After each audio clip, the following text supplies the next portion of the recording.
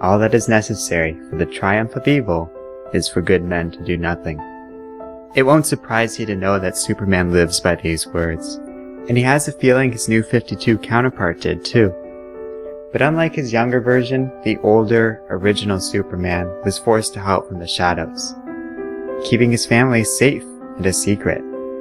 However, evil found them, and no matter what the personal cost, Clark couldn't stand by and let this world lose its Superman.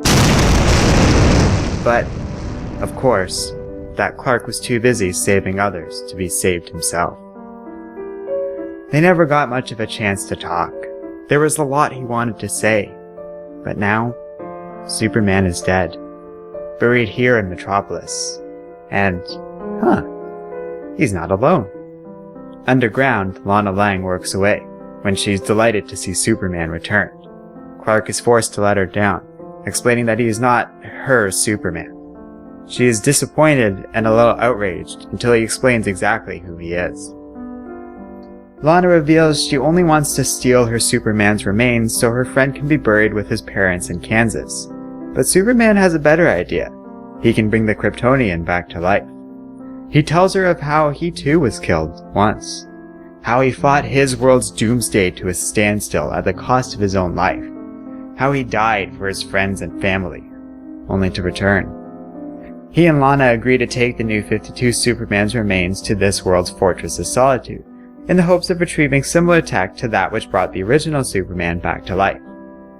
Clark is able to easily access the Fortress's systems, as they are familiar to his old fortress, and they search for something called a regeneration matrix, which should be able to revive the New 52 Superman. Sadly, they are out of luck. No such artifact exists within the confines of this fortress. However, the system does recognize Clark's Kryptonian physiology, and a recorded message plays out for the two. The New 52 Superman greets what he assumes is his cousin Kara. If she is watching this, it means he is dead, and she is the last Kryptonian. As he begins giving out instructions, the other Superman ends the transmission.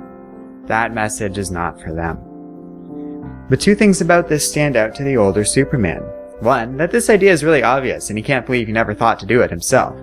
And two, that New 52 Clark built statues honoring both his parents, something Clark finds particularly touching. He apologizes to Lana Lang. He was mistaken. The Superman of this world is dead, and he can't bring the man back. But he'd like to at least help Lana with her goal.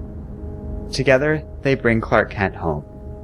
Though the Superman of the world that was could bury him with ease, Lana insists on doing it herself. He leaves her with one final thought.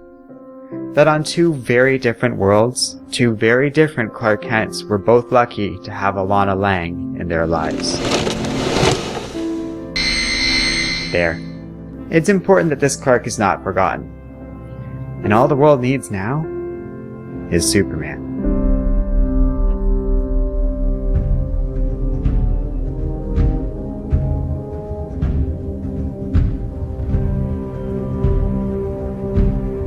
Hello and welcome to Comic Island. My name is Arden, and this is my recap and review of Superman Rebirth number 1. So I've decided to take a look back at a couple of Rebirth comics we haven't touched on yet. Mostly because I feel like I've been a bit out of sorts with DC lately, so I figured it'd be fun to test the waters with a couple of titles. First up is Superman Rebirth, and honestly this one really impressed me. It has so much counting against it. Not only is Superman a notoriously difficult character to write for in general, but this is a comic heavy on flashbacks and it's basically just 20 pages of pure, unadulterated exposition. Yet I find this is a good comic. And not like, oh, this is good for a Superman comic, or this is good for a comic that is basically just a preview of the new world of Superman. This is a good comic on its own, without any need for further qualification.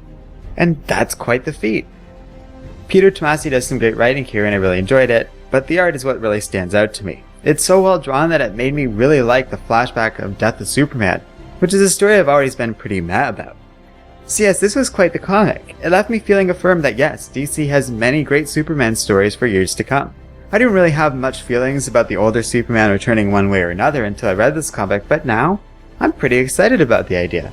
It's the old Superman, yes, but not one rolled back in any meaningful way. So all those great adventures and stories live on. In one way or another, he has to move forward. He has a family now. It's new territory even if they're going back to an older character. There's something remarkable about that, and I'm really looking forward to what comes next. So this comic comes highly recommended. It's a great read, which has left me optimistic about the future when it comes to DC, and hopeful for what is to come. Let me know what you think in the comment section below, and don't forget to like, subscribe, and keep reading comics.